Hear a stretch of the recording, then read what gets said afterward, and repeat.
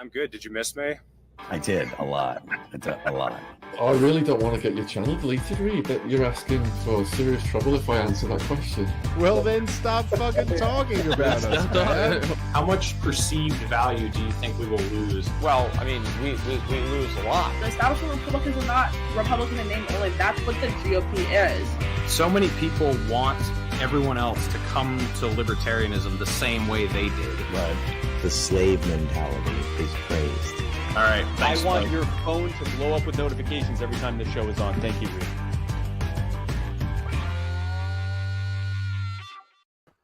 Hello, everyone. Thank you for watching another episode of The Naturalist Capitalist. The Naturalist Capitalist is now back on Twitter. I think the handle is @naturalistcap. So you can find that over there. That is actually me. I know there have been a lot of imposters, but I'm actually running that account, and I am just going to be using it to promote videos and to network. Unfortunately, Twitter sucks, just like YouTube and Facebook and everything else, and you can't get away with saying much. They're factual but not truthful. I think Michael Malice says that about the mainstream media. It's also true of the tech companies. They will not read nuance or sarcasm when it benefits them, but then they will let other things slide. And so that's what they got me on. They've got Pete Quinones and Joshua Smith and a few other of my friends since the time that I got removed. So it's just not a place where you can really get away with saying anything anymore. So I'm just going to use that as a networking tool. So I will be there, but I won't be using it as much.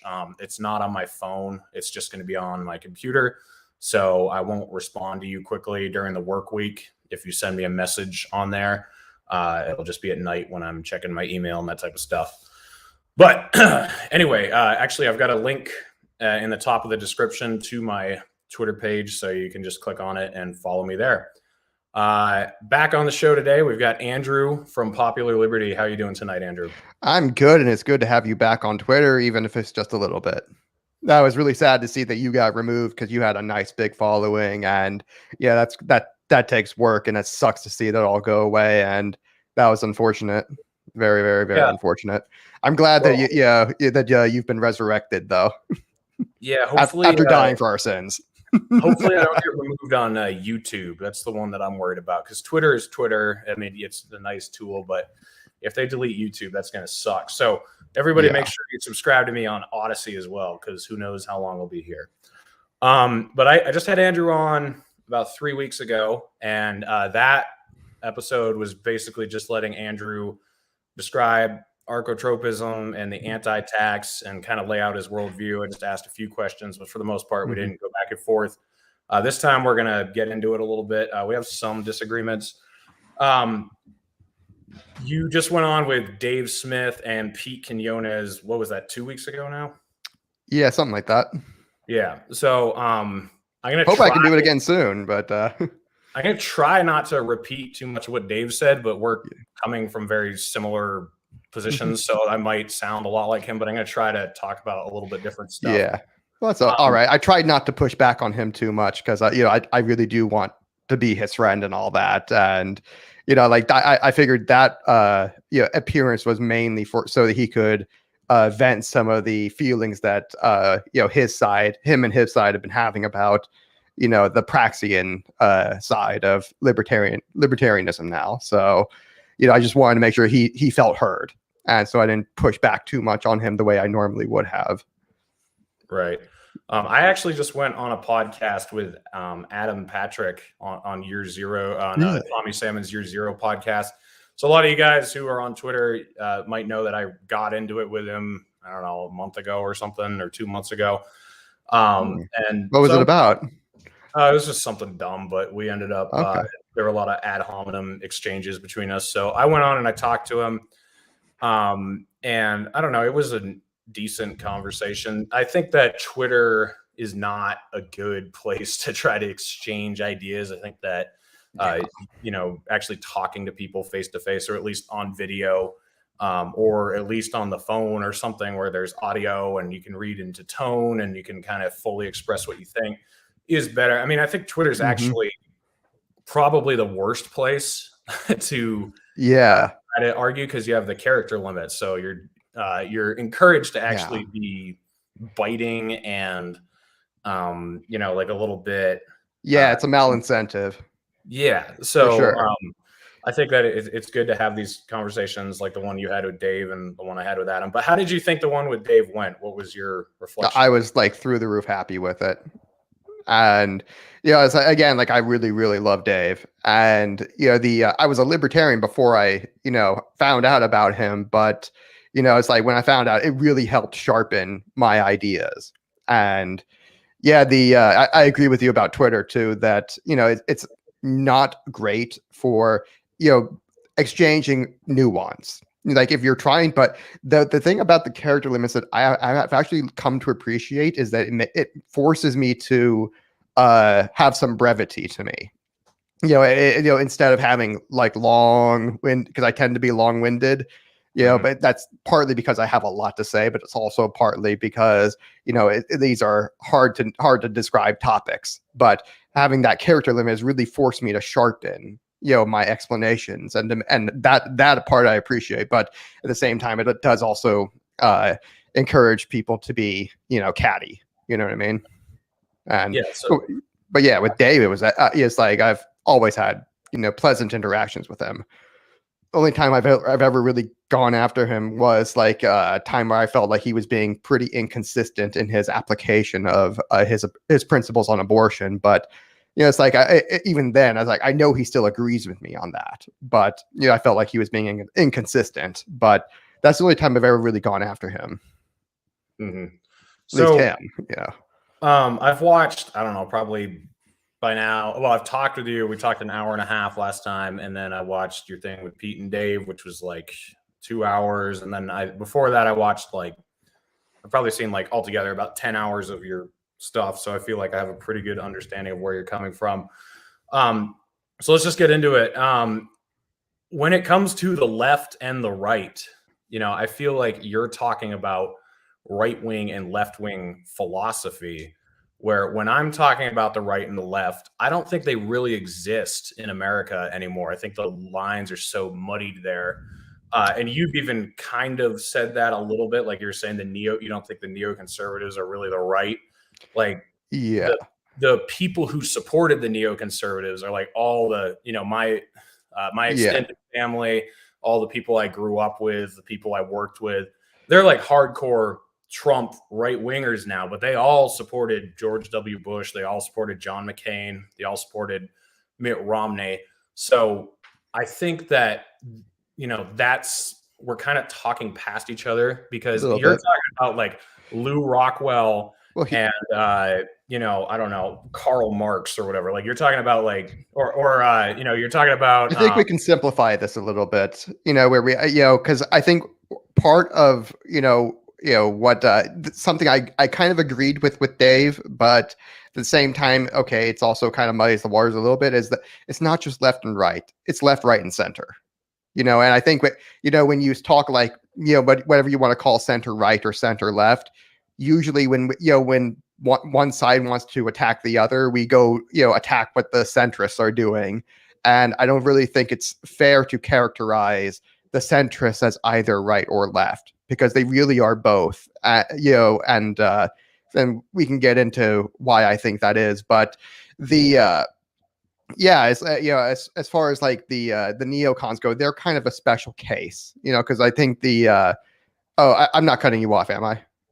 No, I mean, I just like, let's go with this. What percentage of the country do you think is the center? Because I think it's like 95%. I think it's huge. Like this, or let me put it this way.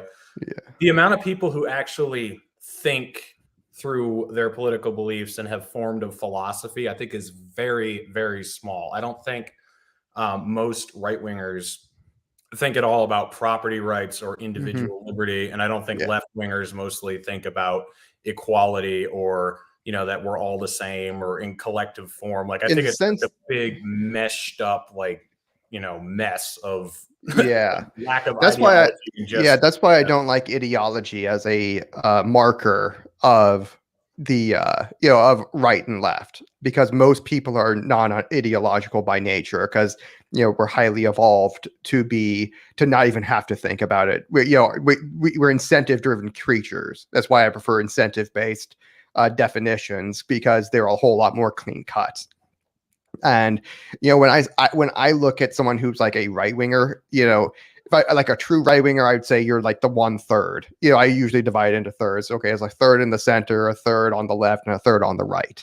And that's if I'm being fair. If I'm not being fair, I'll say 50-50 and ignore the fact the center exists. And that's that's if I'm wanting to kind of caricature the left, and guilty. But okay, at the same time, they do the same thing.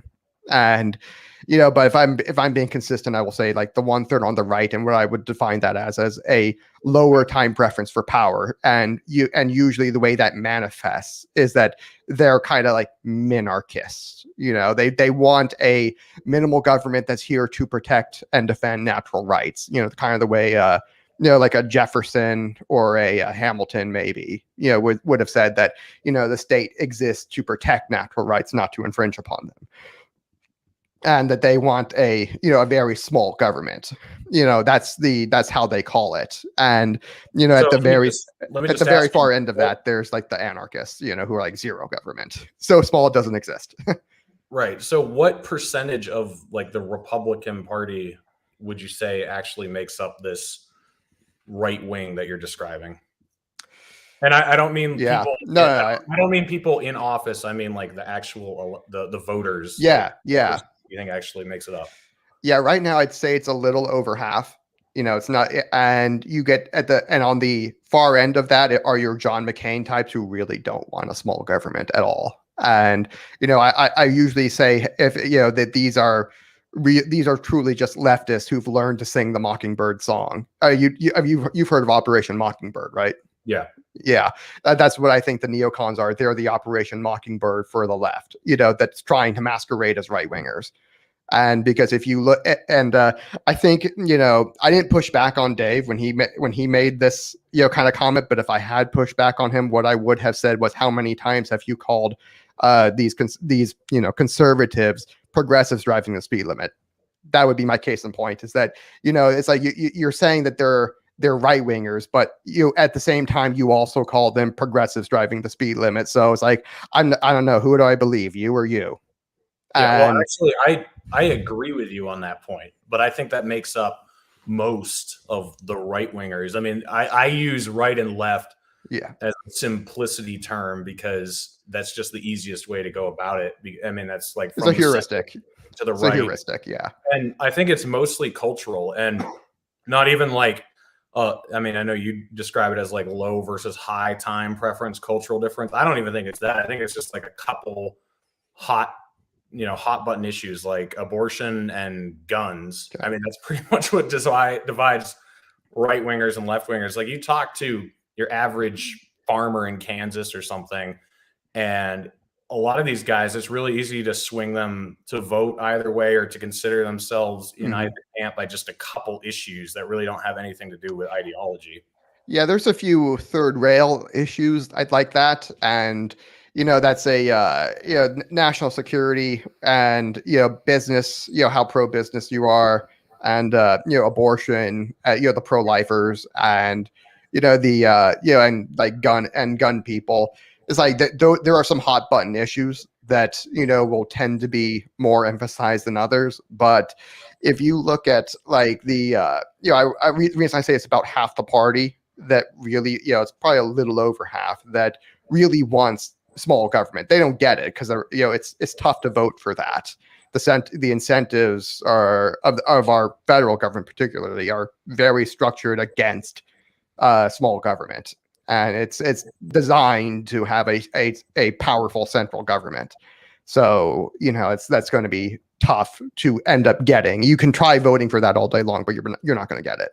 And whereas the other kind of just under half, I think these are a lot more, progressives driving the speed limit. Now that's, that remember, we're talking parties here. We're not talking left and right. And I would not, say Republican is, right. They are the more to the right party than the Democrats, obviously. But at the same time, I also understand enough that the Democrats, while I regard them as pure evil, I understand they're not representative of what I would call the left. And the left typically hates the Democrats just as much as the right. What I would consider the real right really hates the moderate Republicans. Yeah, sure. I mean, so that is one of the issues I have with kind of the Praxian crowd when they describe the left. I feel like they're grouping everybody right of whatever the left half instead of the left third, and they consider them evil. Where I think a lot of those people just have no idea what they haven't. Their goal is not to exert authority over other people. They have no idea what they're doing. They're just like, oh, I watched MSNBC and they said vaccine mandates is going to end this disease and then we can go back to normal. I mean, they're not like these evil. I agree with you on that, by the way. All right, yeah. Why don't you elaborate on that? I agree that they're not consciously evil.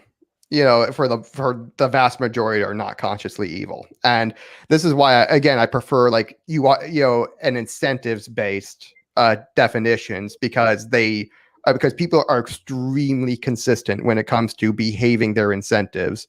And when I say that, they are behaving incentives that I regard as evil.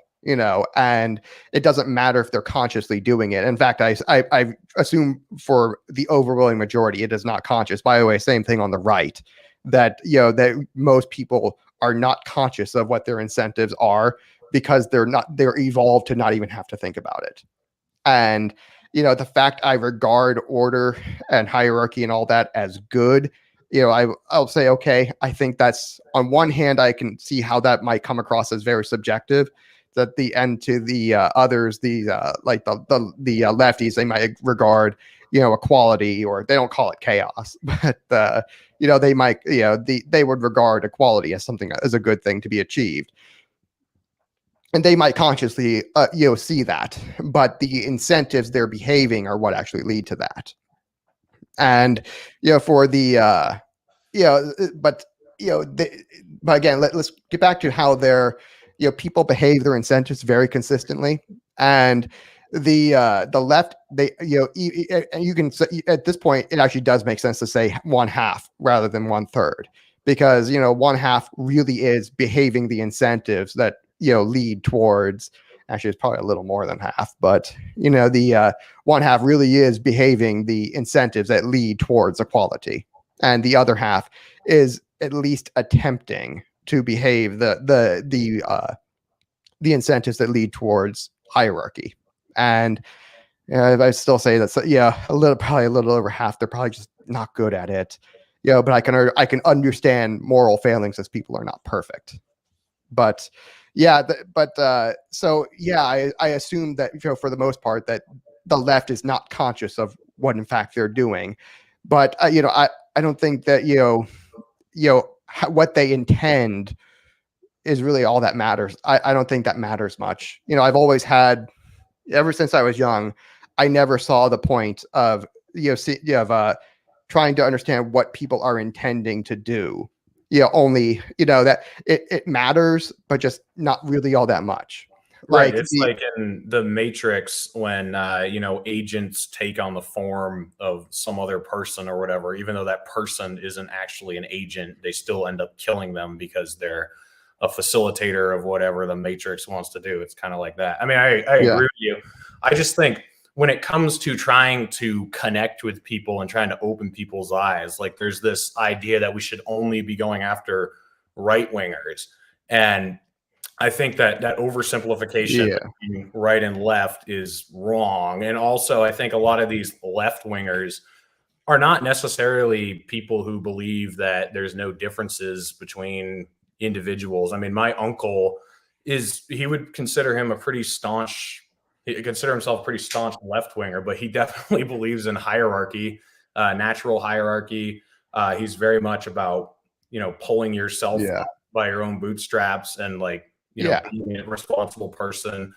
He's never been in debt. He's he's never been Mhm. recklessly in debt. He's always paid himself, paid his way out of his own problems or whatever. My brother, he's sort of a libertarian in some ways, but he actually voted for Joe Biden this last year, and I tried to convince him not to. But his whole reasoning just had to do with environmental regulations, and that was the only thing that made him vote for Joe Biden. He's a gun owner. Yeah. He's a blue collar worker. He's a foreman on a job site. So I don't think that these incentives necessarily align with political ideology. I think it ends up being a couple. Well, I'll give you another example of, what you were just describing with, like, back in, almost 20 years ago when we had 9/11, the right wingers were under the impression that, they were, we're under attack. They were under the impression that this was an unprovoked attack, and they were merely ignorant of, like, all the foreign policy and all that stuff. And so when they were thinking we need to go to war, they were thinking in terms of this is a defensive war. And, same thing with the war in Iraq. It was sold to them, while they were still kind of in shock and in terror, as, hey, this is a defensive war. This guy Saddam, he's going to, he has weapons of mass destruction, and he's going to be working with Al Qaeda. And, they don't know anything about that. They have no idea who these people are. And they're just like, hey, there's just a terrorist group that, knocked some big buildings down in the biggest city in America. And, obviously they're terrified. And now here these authority figures are telling them that, this guy Saddam is going to, drop a mushroom cloud over Kansas or something like that. And, they're terrified, of course. And from their point of view, they were going in and, fighting these wars, on defense, and of course they were lied to. And now that they figured out that they were lied to, now they're never going to forgive the neocons, and they've thrown them out of the party, and they're in the process of throwing them out. Hold on. That's one area where I think we disagree. So I think candidate Trump was not a neocon, but I think President Trump basically was a neocon. I mean, he was hard to distinguish from Mitch McConnell once he actually became president. Well, no, because he did resist the urge to go to war multiple times, and that is why I say he was a real right winger instead of a neocon. Is that, like with Syria and Iran, he had multiple chances where he could escalate. Even with like Yemen, he only escalated it for like a month. Like he put that when he shifted, soldiers from Syria to Yemen, he took them out like a month later, and that was kind of just for show. So this is the point I actually wanted to bring is I think he was convinced not to escalate with Iran, maybe just by Rand Paul and Tucker Carlson. Like I actually really believe that might have been what stopped us from going into Iran. But he behaved his incentives. Call it what it is. He behaved his incentives. That's why I say, incentives are what really matter. And when we're describing right, left, and center, is that, he didn't behave the centrist incentives. He didn't behave the more left-wing incentives, kind of like the neocons did. The neocons saw that the people were in terror back in 2003. They saw an opportunity to where we can get a really big war. We can destabilize the Middle East and have, never-ending wars from here until eternity.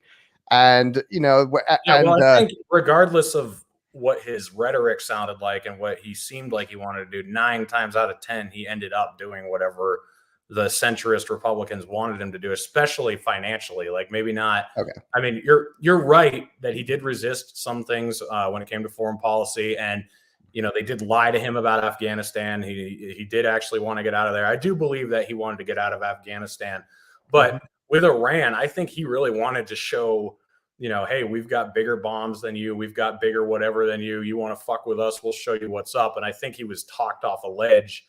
And when it looked like we were actually going to retaliate against Iran, I'm not talking about just John Bolton and Mike Pompeo. I'm talking about my Republican friends, the people who voted for Trump and had voted for John McCain and voted for Romney. They were all banging the war drums. They were just ready to go flatten Iran, turn it into glass, wipe it off the map.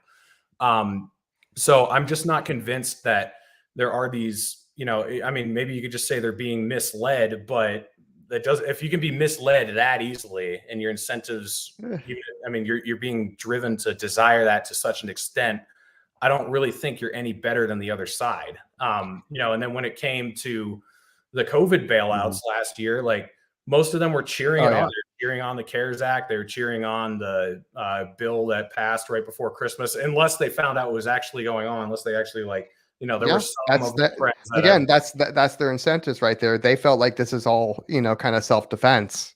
And this is, it's why I say this is a lower time preference for power, not zero, but if you look at what the left wanted to do by comparison, the right actually wanted to do quite a lot less. If you look at what the left was like, they were saying, oh, this is a perfect time to slam through Medicare for all. We can get all sorts of these other goodies. We can have, these, include CRT and everything like that, and these bills, and and the right at the same time was like, no, we're just going to do kind of the minimum for our corporate donors, but it's like, if you look at just what they wanted to do, it was less. It was substantially less than what the left wanted to do, and even the center.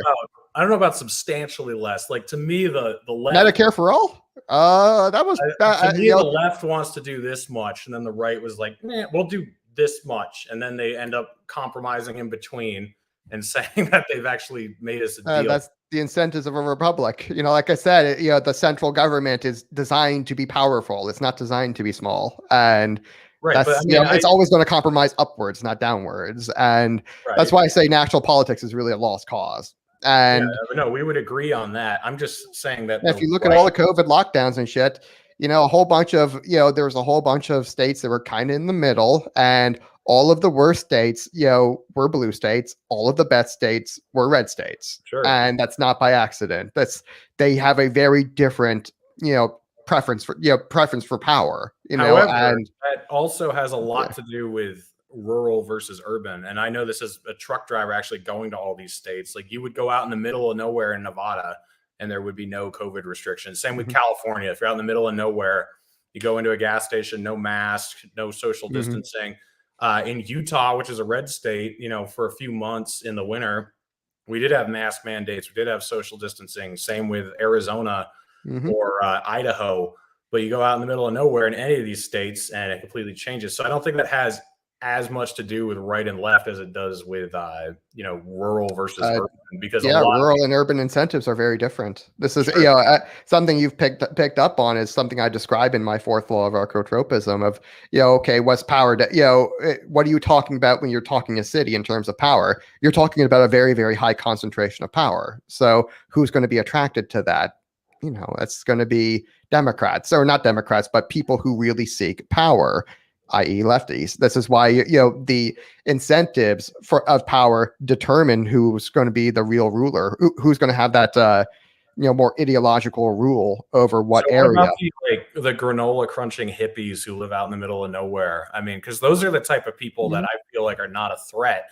And when I try to say that type of thing, I get attacked a lot. But I think in essence, I agree with what you're saying, that it's a lot of these metropolitan areas where you have an elite class that wants control. I would agree with that. I think there are lefties who do not. I would agree with you right there that they're a low concentration of power. And the way I will categorize something like a left libertarian is I put them in the center.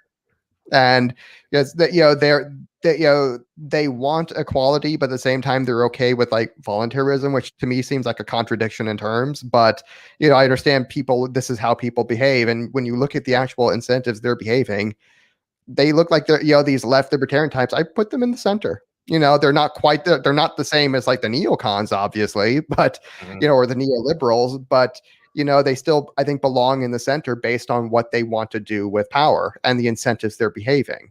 And so but yeah, I would agree with you that they're probably those granola crunching hippies, as you call them, they're probably not a threat, or at least not nearly the same way I would categorize a threat of like an actual neocon or an actual, neoliberal or a true, like Marxist communist activist. Those people I regard as true threats.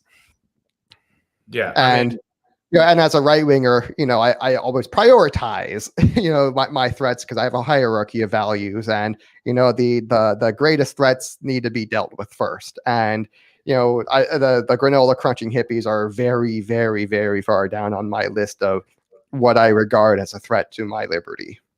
Yeah, so I would agree with that. It seems like, and I know that the Praxian group, like, it's weird. Like, whenever This is also on Twitter, by the way. So I know it is Twitter, but when a criticism is thrown at you guys kind of all like disavow it, and you're like, well, I didn't say that, or I didn't say that. It's like, well, collectively, you guys have kind of been saying this. Like, there's been a real full three-pronged attack against people who live quote degenerate lifestyles or whatever, and I don't see the need in doing that, because I don't think I've said that. So yeah, but I mean, I don't think that's the power structure to be fighting. I mean, I think that and I agree. Well, you see the effects of it most not in the granola crunching hippies who live out in the middle of nowhere. You see it in the on the streets of the big cities. That's where you see the worst of it. And and to the extent it started to creep into the suburbs, to where now the Republicans and the and I do say Republicans here, not just right wingers, but you're more centrist and right leaning types. Now they're starting to feel threatened by it because it's being pushed on their kids in their schools. It's like now they're going to get very, very threatened by that, and they're going to start lashing out. Why don't you describe what you think degeneracy means? Because I thought there was a good moment in your video with Dave and Pete where Dave pointed out, like, true degeneracy is being a shitty person versus, some people think if you're gay or if you smoke pot or if you don't believe in God, you're a degenerate. So what is your definition? Yeah, I would say the it's from the word degenerate. Or to degenerate. Basically when I'm talking about degeneracy, I'm talking about activities that have gone beyond moderation. So there are 4 cardinal virtues. I'm sure you're probably familiar with these. These are not Christian virtues. These are universal virtues that all civilizations have accepted to one degree or another. Justice, moderation, prudence, and what was the other one? Not temperance, fortitude. There we go. Courage, as you might call it. Moderation being the key, the one here. Then the reason I would say so what a degenerate act is, it's gone beyond moderation, and where that line is you've started to, it's like, I would call it net consumptive. So how would I describe this? Basically, if you imagine the total wealth of society, at which point, does that number actually start going down based on your actions? So obviously, having more and more and more wealth, keeps, gets us farther and farther away from, the jungle method, as Rothbard called it, of, reallocating resources, because, scarcity is the source of all conflict. So the more scarce resources get, the more likely, we are to actually have the jungle method of conflict. And we want to stay away from that. So degeneracy, it means you are degenerating society back towards the barbarianism whence we came from. So those would be net consumptive activities. And so like drinking itself is not degenerate. Like getting like blackout drunk and all that, that's degenerate. Right. Because now you've exacted a real cost to society in terms of your own body. And we're not talking about collective ownership here, but you are a part of society, and how well you function has a direct impact on how everyone else is going to be, behaving in their society, because that's resources that could be freed up to another, more productive activity. So, like to be a homosexual is a difficult one. I won't touch that one for right now, but I understand where, why that one is the case, even though it seems like it shouldn't be.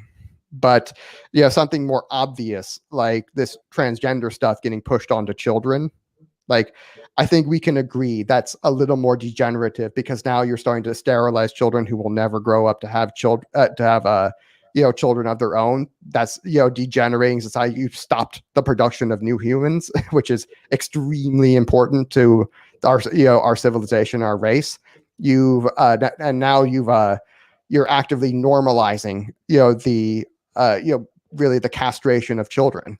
And it's like, I can't look at that and say, okay, this isn't degenerate. And that seems like a one we should probably agree on, I think. Yeah, I mean, I would just, pushing it on children, I would agree with you. That's ridiculous. And like sexualizing, and now you've also normalized the sexualization of children. The moment you start talking about these things, this is why why I say, okay, this is a lot of this is perhaps maybe it's well intended, but this is also the effect of this is going to be pedophilia entryism. Yeah, and we actually saw this today with a Harvard professor who came out and in vocal support of minor attraction, and they're actively trying to normalize pedophilia now. And this is something that you've seen in all civilizations, wherever you normalize the idea that and this goes back to the sexual revolution, that the idea that sex is not for reproduction, it is for pleasure. And the moment you start down that path, you'll get to homosexuality, which is kind of a major benchmark, but you will always proceed from there to pedophilia. And this is something you saw actually in all civilizations, where homosexuality, well, not really homosexuality, but bisexuality, particularly in men, was the norm, not the exception. Judeo-Christian was really more of an exception, and bisexuality was substantially more the rule. And the reason for this is that if you understand that males, we are the kind of the go-getters, we're the initiators of like romance and everything. So it means that we have to be well adapted for it. Now, and the women, they're more recipients of it. They don't typically initiate it. This historically has not been their gender role. Not to say that they don't, but this is typically not what they do. They're typically more, I'm the one who's wooed, and men are the wooers. You know what I mean? And so when you normalize homosexuality, you end up with what happened in Greece, where like have you ever read Plato's dialogues about I forget the name of the one, but where he's at supper with all of the other men of the town, or men of Athens, and they're talking about the nature of love, and it becomes very apparent very quickly that they're not talking about heterosexual love, and the idea that you would love a woman didn't enter the conversation at all once. Right, and so what happens because of that is, if women, they get their rights from men, like particularly loving them as their daughters, loving them as their wives and stuff like that. And if men don't love the women will get treated as second-class citizens. And when you actually started to see the idea of Christianity came along, and 2,000 years ago, and really started to push the idea, no, husbands are supposed to love the wives, not other men. And that was actually very progressive at the time, which sounds, it boggles our minds today, but that was very progressive back then, to say that you actually have to love the woman. And considering that homosexuality was more the norm. And so but it was only like 500-ish years later. No, I'm sorry, it was a little later. It was under Charlemagne that we actually outlawed I think that was like 800 years later, after Christianity had been normalized, that Charlemagne outlawed adultery. Not outlawed adultery, but outlawed the death penalty for adultery. And so that was where that women always get their rights from men loving them. And if men are because if men are more competitive as lovers, and and women are not, and homosexuality is normal, they're going to love each other and not women. And you saw this again with Plato, that the idea that men would love women was never entered their thinking. Their idea of love was men loving each other. So do you think homosexuality is a choice? Because my sister has a girlfriend, and to some degree, it was nothing that was going to benefit her at all, because my entire mother's side of the family is extremely Christian, extremely right wing. One of my aunts said she will not go to a wedding if there is one, and it caused a bunch of drama. I'd imagine that was very painful too. Yeah, my sister, she came out to my mom and my other sister and me before she told everyone else. And she was riding in the car with me, and she was bawling her eyes out and like, how am I going to tell dad? What is he going to think? And it was fine with my dad. It went well with the immediate family. The extended family, it's been a little rougher. But I mean, this was not a decision that was going to benefit her at all. So I think the act itself is a choice. There's no question that the act itself is a choice. The preference, on the other hand, sexuality, right? Same with heterosexuality. Yes, exactly. Right. Yes, but the preference itself, I regard that as a little bit more innate. And again, throughout human history, bisexuality was the norm. And the with and if you look at the Bible too, they weren't concerned. If you read the Law of Moses, carefully, and you understand that this is written as a legal document, not as a moral document. What the Law of Moses was concerned about was male homosexuality. Female homosexuality, even though it was also normal, didn't enter the law at all. If you look at the way the homosexual law was actually written, it was only applied to men. And the reason is, because of this, is that it's actually men are the problem here. That, like the idea of, lesbians being a problem that's not a thing, because, they can love each other all they want. And, it's not really going to have any malincentive effects. Whereas if men love each other, that's going to have some externalities for women, because they're not going to get their rights respected, because they're viewed as second-class citizens. So what this really is this is just a dig at me and Clint right now that you're giving. No, I love you two both. No, I'm just fucking with you. But I mean, there's certainly it's a tough issue, because at the same time, again, people they're not typically conscious of their incentives, and they're really not conscious of what the effects of those incentives are downstream. And and something like homosexuality, it is only, you only see its mal effects on like a multi-generational scale. And there's, I understand why people feel the way they do with that. Oh, this is okay, or that this is not harming anybody. Give it another generation or two, you'll see. And because this has actually played out plenty of times in human history. And humans are monkeys, and our natures don't change. I would agree with you that the decline in masculinity is definitely a problem, and the decline in personal responsibility and the feeling of a need to provide or any of that. I mean, I'm with you there.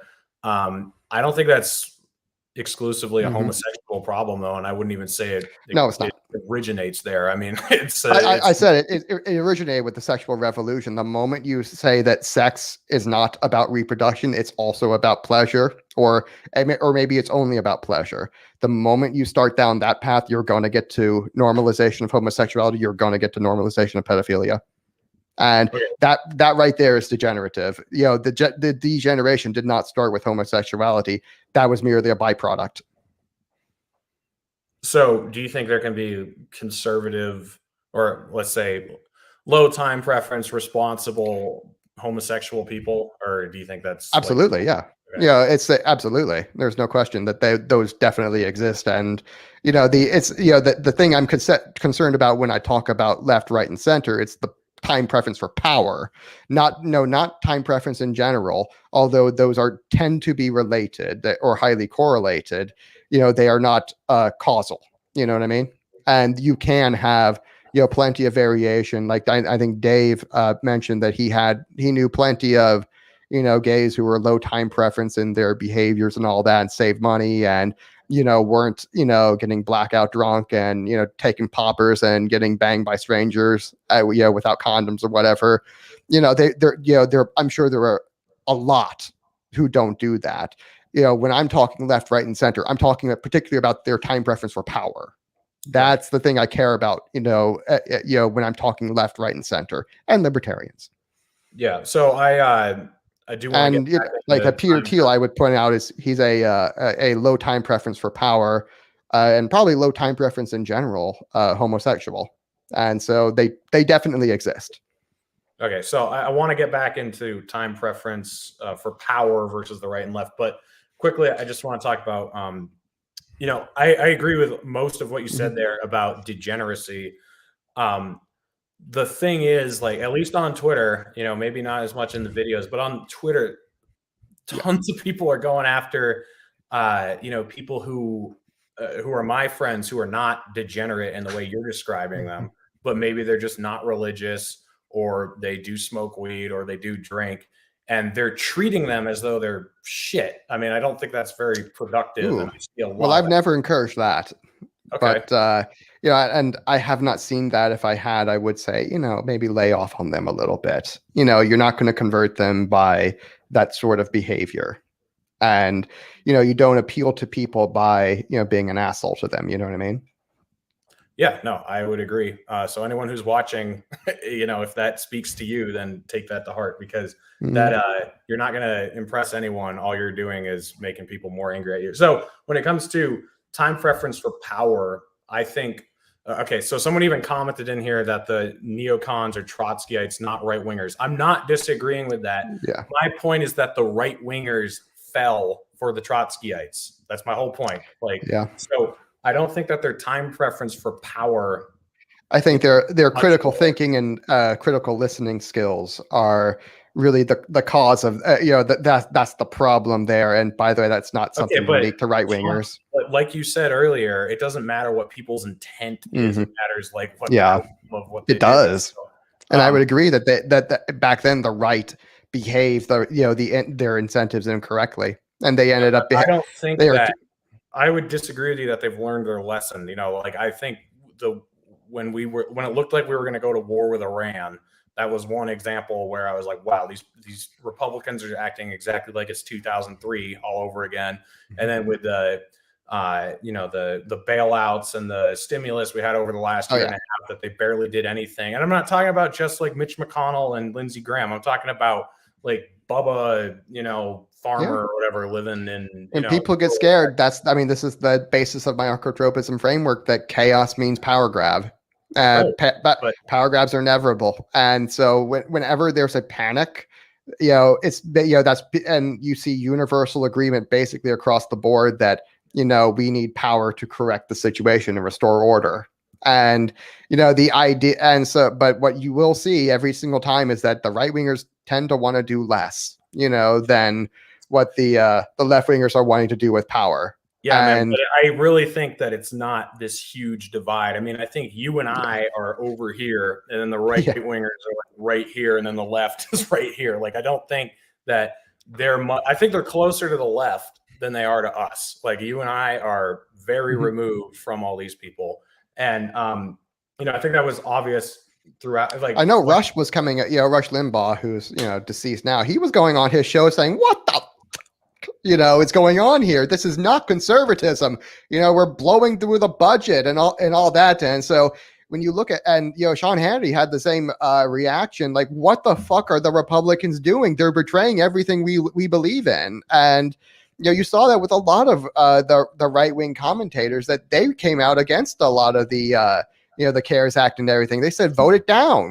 And if you look at who was opposing it for what reason, it's only like a few of the Freedom Caucus guys who really stood up, including Thomas Massey. He wasn't the only one to vote against it. It was a lot of the Freedom Caucus guys who voted against it too. And they were like, what the fuck? This isn't what we believe. And if you look at the on the left, they were the only people who like even thought about voting against it. They were thinking about voting against it because they thought it didn't go far enough. I say that's a very big difference in in temperament right there. I don't know, like Jimmy Dore. I'll agree with you with what his reasoning was. It was different, but I mean, he and Tucker Carlson are on the same page with a lot of this stuff as far as being opposed to it. Jimmy was right there saying we need to use this as an opportunity to get Medicare for all. We need to get healthcare through for all our people. And, this is an opportunity for a power grab, typical lefty. And, it's like, I don't blame people for, behaving their incentives, but I still think I need to oppose them, but it's the incentives that matter. I'm not disagreeing with you on that. I just see that 90% of the people are converging on this. And then the people who end up opposing it, you know, one side will probably agree with like why Thomas Massey is opposing it. And then Jimmy Dore will completely disagree with him why he's opposing it, but he is opposing it. And at least he sees there's a problem. I mean, dude, most of because I do know a lot of people in real life, like I really actually do. And I talk to them all the time. And most of them are Republican right-wingers. And the only reason any of them knew about how horrible the relief bill before Christmas last year was because of me. Like no one else was really telling them that much. You know, I brought up the whole list. Like, hey, look, you know, Israel's getting $500 million, Sudan's getting 1.3 billion, whatever. Like, and oh, we're going to build a border wall, just not in America. Actually, we built like 6 or 7 border walls, you know, in other countries. Yeah, exactly. It's like, yeah, I mean, it was a slap in the face. And so my point is like, yeah, you know, I don't. But yeah, they'll behave their incentives to get the $600. You know, it's like I see that. You know, okay, I understand where people are thinking it's free money and really it's not. You know, but you know, I don't expect people to be as well informed as you and me. And it's like I'm rather merciful to both sides. You know, in that temperament of I understand that most people are going to be very ill-informed. And that is not something that is particular to, you know, the right or the left or the center, is that most people are just going to be ill-informed because they're highly specialized for whatever task it is that they do for a living.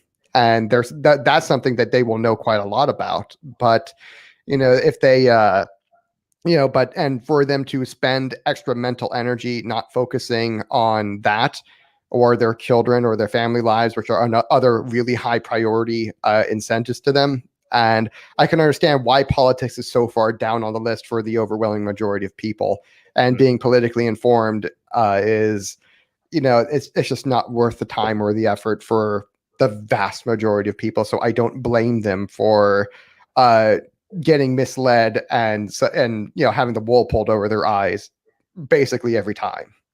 Yeah. So I don't think that there is this deeply ingrained philosophy between individualism and collectivism with most people. I think that does exist, like on the far left and the far right. But I think you can get people to libertarianism through caring about other people. Like, I don't think that's impossible. I think a lot of people can become capitalists because they actually care about the well-being of most people, because they'll see that communism fails. They'll see that socialism doesn't work. They'll see that a free market is actually the best way to make everyone flourish, and that's why they become capitalists. So I don't think that the only way they're behaving their incentives right there. You're calling when you're doing that, you're calling attention to what their real incentives actually are, and that actually helps them. You know, because again, people behave their incentives, and if they're aware of the incentives, the more aware they are of those incentives, the more likely they are to behave them and to defend them and to fight for them. And so that actually is something I think is worthwhile. It's something I'm doing with the anti-tax. Go ahead. Yeah, so I think that that's true. And I think there are some left-wingers that you can actually turn into libertarians better than right-wingers because of what you're talking about, because maybe their incentive is that I care about other people more than myself. And maybe you can actually convince them that, hey, you know what? Free market capitalism actually increases human flourishing. And, individual liberty actually leads to, societies that are more peaceful. Like, I don't think that, I agree. People on the left are just completely lost, and that right wingers are naturally more, inclined toward libertarianism as a rule. Like, I think that in general, that's probably slightly true, but I think you can get people from their like progressive, caring side and make, kind of wake them up and make them realize like, hey, everything you're doing is actually making everything worse. I mean, I think I tend to put those people who really can be woken up in the center. The people who I view as on the hard left, or on the point where I'm not even going to bother trying to convert them. Those are the sort of people who have such an ingrained preference for using force that I just like, there's no point. It's like, I'm not going to go preach to a neocon about peace. You know what I mean? Sure. That's just not that's not what they feel called for. And Whereas like with the lefties, like with my anti-tax, one of the things I did with it that will probably upset quite a few libertarians or purists is that, I built in a mechanism for actually spending money on, like local charities and stuff like that, in order to try to cannibalize that impulse that the lefties are going to have, to try to squander the anti-tax. So I built in a channel for it. So I'm just going to try to channel that impulse into something that's slightly more productive, that is not going to not going to threaten the incentives of the anti-tax with a potential change. So so that was what, I understand that some lefties are convertible. They can be. I usually put them in the center though, because at some point when you get to the point where you really just want to use force, as a, magic wand to solve all of the world's problems, it's like, it's not worth it. But those people in the center who I believe genuinely do care about other humans, I'd rather give them an incentive and call their attention to that incentive, like the anti-tax, in order to help them, behave that incentive in a more right-wing, more libertarian way. I think it depends on what you mean by centrist. Like, I mean, if you're calling like Nancy Pelosi or high time preference. Okay, yeah. So you're talking about a centrist on power, not a centrist on this bullshit left-right political spectrum that we've come to. Yeah, centrist on power. Okay. Yeah, that's something I can agree with. Like, I actually considered Tulsi Gabbard kind of a centrist on power, and I thought like this left-right thing is just fucking stupid. Like, she's against. She. Yeah, I would. She's definitely like left of center, but still somewhere in the center. She's in the middle third, but definitely far to the left of that middle third. You know what I mean? Yeah, and then someone like Matt Gaetz would be in the center, but more toward the right on. I agree. The power thing. Like, I would agree with that. I agree, and I think that's more important than cultural preferences. But this is what I wanted to get. I do actually agree with you on. We're kind of talking about it with degeneracy. I also do agree that in general, if you're a religious person or you're someone who cares about being a morally upstanding person and you care about personal responsibility, that you are going to tend to be more compatible with libertarianism. And a lot of libertarians seem to try to encourage reckless lifestyles, and that doesn't libertinism. Yeah. I mean, I would agree that, encouraging degeneracy is encouraging a larger state. It's not encouraging. You're increasing scarcity, which is going to increase conflict. And again, at the other thing, if with degeneracy, is it often involves a percent of self-weakening, to where you are making yourself substantially weaker, if not in the immediate present, but certainly in the future. And that weakness is always going to invite aggression. That weakness is always going to be fodder for the state to grow its own power. And this is a process I've referred to as pseudo demand, because it behaves exactly, it behaves exactly the same way as, market demand does, but it just ignores consent. And the weaker you are, the less you have the ability to resist, an aggressor. And and that skews the value to a predator upwards. So they're going to prioritize aggressing against you quite a lot more, or perhaps aggressing on your behalf quite a lot more, because your vote is the same as anybody else's. And that's, when you do these degenerative actions, we don't have to call them degenerate, but degenerative actions, you're increasing scarcity, not just to yourself, but also to your society. And there's no sense in which that doesn't help the government. There's no sense in which that doesn't help the state. And, a lot of people aren't going to like hearing that. But, I think we have to accept that does exist. And to the extent that religion helps people, it helps encourage people to behave the more orderly incentives, which order is always order and chaos are both self-promoting due to their marginal incentives, but to the extent they, religious people, they will tend to try to behave the low time preference incentives more, which lead people away from the barbarian method of civilization, or if you even want to call it that. Right. So my question, I used to be a Christian, and when I was a Christian, it caused me to care less about what's going on in this world as far as financial status or what state the government was in or whatever. Like, to me, it was pretty. I mean, a lot of the revolutionaries hated Jesus because he wasn't about overthrowing the Roman government. He was basically saying, worry about the kingdom of heaven, not the kingdom of Rome. Just worry about the person, worry about the one who can destroy your soul in hell, not your body on earth or whatever.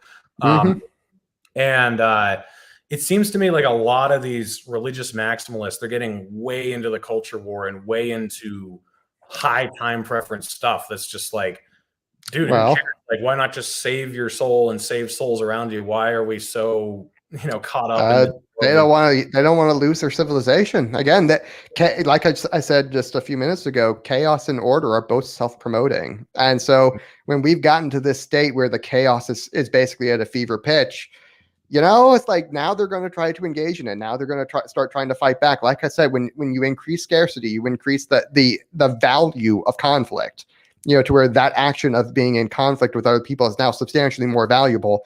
And I don't blame people for behaving their incentives, but I do want to engineer systems that lead people away from those sorts of incentives. And it's like, and Christians are monkeys just like everybody else. And it's people don't like it when I say that, Christians particularly, but we're all monkeys. And I don't believe we've increased our moral capacity quite a lot in the last 2000-ish years, and but they are still not that different than they were pre-2000 years ago. And it's really tough to increase the moral capacity of humans. And the only thing that's really seemed to work was Christian monarchy, but that's long gone now. We're back to not even we were in Christian constitutional republics, and now we're kind of just at woke republics. We're not even like a pretense of following the Constitution anymore. So we're basically back to a Roman level of we basically squandered all that moral capital that we had in civilization. We're back to like a 2000 years ago level morality, because back in Rome they had rampant homosexuality, they had rampant transgenderism and stuff like that. Even back then, it's not new. It's been here plenty of times, and we're back to that level of morality. And I think we're gonna start seeing a whole lot more of that. So when I see Christians trying to like enter the this culture war and really start trying to fight and push back, I get it. They don't want to go. They don't want to go back to that. They see the writing on the wall. They see what's coming, and they're trying to do whatever they can to preserve what they have. Yeah, I'll agree with you that it's a humanistic impulse that they're giving into, and I don't blame them either. I just think it's not very consistent with the worldview. The last thing I wanted to ask about was, I was encouraged that watching that video, you guys decided the GOP Mises Caucus and the Libertarian Mises Caucus should be working together. I don't think that there's one answer to what's going to work best. Like, I think it's regional. I think it depends on what state you're in. Like in Utah, the third party candidate got 20% in 2016 for president. That was Evan McMuffin. Yep. Yeah, that's different. That guy is a neocon, and I'm just saying there was that there is like not this like hardline Republican Democrat thought process here in Utah, and how screwed up the guy they voted for. And they voted for Mitt Romney too. Ugh. Well, no, I'm not saying that they have the right incentives. I'm just saying that they don't buy the Democrat Republican dichotomy like most states do. So I mean, here you have a lot of young people who are not socialists, but they're kind of sick of the church running the state. They're sick of like the old guard Republican Party. it seems like a good place where libertarians could actually make a difference. The right type of libertarians, maybe. Yeah, your Hoppians could do a good job there. Your libertines are just going to get laughed out. That's Yeah, sure. I would agree with that for the most part. And then but then in maybe in Florida, I don't know, maybe the Republican Party would work better there. I don't really know, but I just think that I understand where you're coming from. What your population is like, we shouldn't be enemies. I mean, I think for the most part, we have the same end goal. We want more liberty. We want less government. So we shouldn't be bickering all the time. Well, that's why I pushed the anti-tax as a unity strategy, because this is something that all libertarians should theoretically agree with, unless you're just some hyper partisan. And I was trying to extend an olive branch there because I do genuinely believe that the LP Mises Caucus can help out with the installation part of the anti-tax, because there's two parts of it. One's the installation, the other part's the lobbying. They cannot do the lobbying because that L next to the name is kryptonite. And so that's just, that has to be done by the GOP Mises Caucus, and it cannot be done by them. But as far as installations go, I'm trying to set up a date to actually present the anti-tax formally to the LP Mises Caucus Florida, based because a few of their organizers are actually my subscribers. And and there are a lot of people in there that will probably buy into it as well. And a lot of the same thing in Georgia, which is a little bit more of a purple state. But there really is a if you're in a red or a purple state, the anti-tax is going to be something where I think the LP and the GOP should be working together. Particularly if you understand that I'm trying to engineer incentives here that will move people a little more libertarian in their thinking by paying them to do so. And again, people are very consistent with their incentives. So if you can find ways to highlight these lower time preference for power incentives and pay them to do it, that's something I think will be very, very productive in terms of maximizing individual liberty and minimizing the state's incursions. Yeah. The other thing is, what was I gonna say? Fuck, I just lost my train of thought.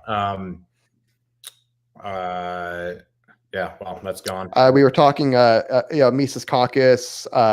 You were saying that you were happy to see that, on the episode with me and Dave, that I was talking about like working together, maybe some regional issues. Or no, that's where I was going. So the whole localism idea,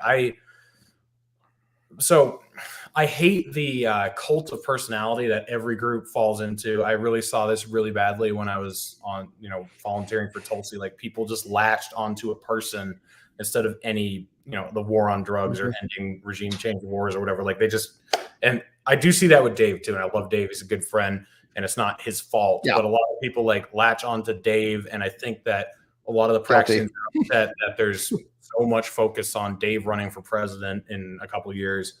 But I do agree with you that I'm doing better this year with my state legislature and my governor with Biden as president than I did last year with Trump as president. And it's because Utah has had enough of the bullshit. So they're just like, nope, we're done with this. And I think a lot of people need to realize that it matters more who your governor, your mayor, your state legislature, your city council, who all those people are. So I totally agree with you. I think the utility of having Dave run for president is that it brings attention to these ideas. I don't think anybody really thinks he's going to win or get 10. Oh yeah, I agree. Whatever. Like, the only point is, like, nobody. I kind of argued with Sally Agorist about this last week. I was saying, look, man, like, no one cares who anybody is unless they run for president. Like, even if you run for mayor, run for governor, nobody really cares. The only way you really draw attention to yourself is by running for president, and then you can kind of have the trickle down effect of bringing attention to local politics and caring about what goes on in your state. What do you think about that? I usually think it's a little bit more of a trickle up than a trickle down. But no, I agree that, about Dave, because I think he's normally I would say spreading the message is kind of, throwing good money after bad. But with a once in three I meant what I said to him, that I thought he was a once in three generations talent that kind of makes this more of an exception, that okay, it might make sense for him. But I think that, if it's anybody besides Dave, I think it's a waste of time, and we really should just be focusing on changing the actual incentives of the system. And that's where we should be prioritizing our efforts. And and not to keep harping on the anti-tax, but I think that's a real way that you could actually pay people to, through, if not think the way we think, to at least behave the way we would like them to behave. And because people will behave whatever you pay them to behave.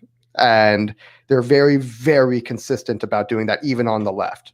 So that's the sort of thing I think we should be really trying to focus on. But with Dave running for president, it's like, all right, he's such a talent that it is an exception to what would otherwise be a virtually unbroken rule of, this is not, it's not really all that useful, and spending inordinate amounts of money on it seems to be a misplacement of, what limited resources we have, and that putting those resources towards really changing the system, would really be better. This is a point I was actually making to him, that, hey, and you're not running in 2022 there, buddy. And your messaging in 2022 really should be, mad scramble for power, for libertarians, because let's face it, he does have a cult of personality. And by the way, guilty. I'm like the head of that. I'm the head admin in the part of the problem inner circle. So it's like guilty.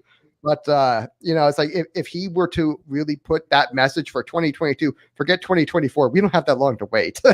But for just 2022, if Dave would just shift his messaging just a little bit, to like, okay, instead of having the localism be like the third or fourth thing he talks about, make that the headline, we would really change a lot more people's opinions on, libertarianism and the libertarian way of thinking.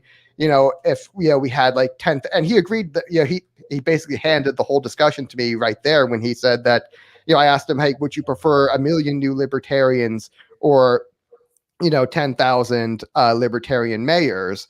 And, and again, they're not mutually exclusive, but which would you prefer? He said 10,000 libertarian mayors. And I agree with that, because I think, having that up front, which we can get pretty close to, if he says the word, they'll, his people will go do that. His army of, autistic, semi-autistic, 20 to 24-year-olds in his demographic, they will go run, and a lot of them will win. And there's a lot of good that having that army of mayors would do. And, these are winnable races that they could do it. They could win. And that would get us a lot closer to the benchmark of 1 million new libertarians than anything else. And again, for 2022, Dave isn't running, so you might as well, put out the word that libertarians need a power grab at a local level where we can make a difference. Yeah, no, I mean, I would agree with most of that. I that's not just a Dave thing. That's a Libertarian Party thing, is, just focusing on national politics, when I don't think that that's where we can make any difference at all. And by the way, I'll tell you this one little story that, like the state level politics too, for libertarians, any sort of partisan race, libertarians should stay away from it. And you're just doing more harm than good. Like, when I started campaign, I've knocked on almost 1,000 doors, probably a little more than that, last year. And it was a 50-50 district, and the incumbent was a self-described Marxist, and who wants to vote for who came out and endorsed the Green New Deal for Texas, and which would be a disaster for our state. Right. And the guy who was running against him was kind of a normal conservative. He's not like really wonderful, but by libertarian standards, but certainly way better than a Marxist, a self-described Marxist. And the self-described Marxist won by 300 votes, and the libertarian in the race, who I know personally, took 3,600 votes, so 12 times the margin of victory. And it's like, and it was in a district where those votes would have gone red. They would have, that guy, I know him personally, that would have broken, we would have replaced a Marxist, with at least a normal conservative. And so, like, when I see stuff like that, I'm like, the Libertarian Party really did more harm than good right there. There was This is one of the areas where I disagree with you. Like, I actually like it when that happens, and then say, hey, Republicans, maybe actually run a conservative and you'll win. And I understand it's a temporary. It's a 50-50 district. It's like you have to make it. A Marxist can still win in a 50-50 district, but a hardline conservative is going to have a much harder time. That's just the nature of our politics. Right. And I think a Marxist is, going to serve one term probably, and then he's been in there for 2 now, or at least 3, or maybe 3, I think. But right. He's about to get redistricted, so it's going to be a moot point. But it would have. It's like I know there's a whole bunch of those where just stay out. There's no point in having that there. Like that guy whose name I won't mention, but he would be a much better mayor for right there, where he could have made a real difference last year. And he could be making a real difference this year, but he's not. Why? Because he ran for a stupid race. He had no chance of winning just to be an asshole. It's like it's the opportunity cost right there that should convince everybody that having that guy as the mayor of anywhere would be an improvement over whatever normie conservative is in there right now. And leave the partisan high level, state level, national level, and races alone. These do nothing for the cause, and they just piss the Republicans off at you. They piss off other right wingers at you, and they make them less likely they're going to listen to you. Because what are you doing for them? People will change their mind based on what you do for them and how you change their lives. And that's the again, they behave their incentives. If you better fit their incentives, they'll vote for you, and they'll actually be more inclined to listen to you. Like I said, you don't change people's minds by being an asshole to them. It's like, this is why I say to my my people, like, hey, if there are degenerate libertarians out there, just ignore them. Don't be an asshole to them, because you're just entrenching them further. And don't be assholes to people. Do good for them, and you'll change their mind that way. Yeah. So all I would say is you've got to make a couple videos, and they've got to be short. And I realize they're not going to encapsulate everything, but you've got to make like a 5-minute video explaining the anti-tax. Is just get the main points you can in there, and then you've got to describe archotropism in 10 minutes or less. Like those are just 2 things. I've actually gotten that one. You have like that one. I'm waiting for the clips to come out, because the I can actually do archotropism in under 10 minutes now, but it's not nowhere near the the descriptive way I would want. Because whenever I do it the 10-minute way, I always get tons of pushback I wouldn't get if I did my normal 50-minute lecture. You got to hook people though. You got to be like, hey, I got this idea, and here's a really summarized version of it. Because we're talking about Americans here, like even like 2 minutes can be too long sometimes. You got to like really capture attention. Like if you say there's an 80-minute video about archotropism, they're gonna laugh at you. So, but yeah, that's great if you've got that now. So where can I've got your Twitter and I think your YouTube in the description, but where else can people keep up with you and what you're doing? Well, if you actually want to, do some reading about it, if you're inclined to do that, there are some articles for free on the anti-tax and on archotropism, where I, long form essays I've written that are for free on my Subscribestar, which is subscribestar.com/popular-liberty. If you want to join my, supporting listeners group, that's right there. It's only $7, and you can ask me basically any questions you want, and I give you pretty good long answers to them, which I cannot do on Twitter. And I've basically stopped doing because it's Twitter, and but that's where you should definitely go try to find me if you're interested in a lot more of my content, and particularly for writing. All right, man. Well, thank you for joining me for talking about this. I'm sure. And if you one more thing, if you would like to support the GOP Mises Caucus, which is not at all in conflict with the LP Mises Caucus, you can do that at gopmises.org. Or is it Mises? No, misesgop.org /donate. And even $1 a month would help us with the lobbying portion that we will need to do in order to make the anti-tax really work for the people, to where we can actually pay them to be libertarians, or at least behave like libertarians and vote like libertarians. If we can pay people to basically, vote like libertarians would, to where people who vote like libertarians are 50% of the vote. Can you imagine the possibilities? So even $1 a month helps us there. That's misesgop.org/donate. Please help. All right, man. Well, thank you for joining me for this discussion. I think it was good. I think that we affirmed some things and also kind of established some other things. So yeah, thanks for joining me. And I will be streaming on Saturday evening. I don't know what time yet, but check in for that and go check out Andrew's stuff. Thanks for joining me, Andrew. Thank you for having me on.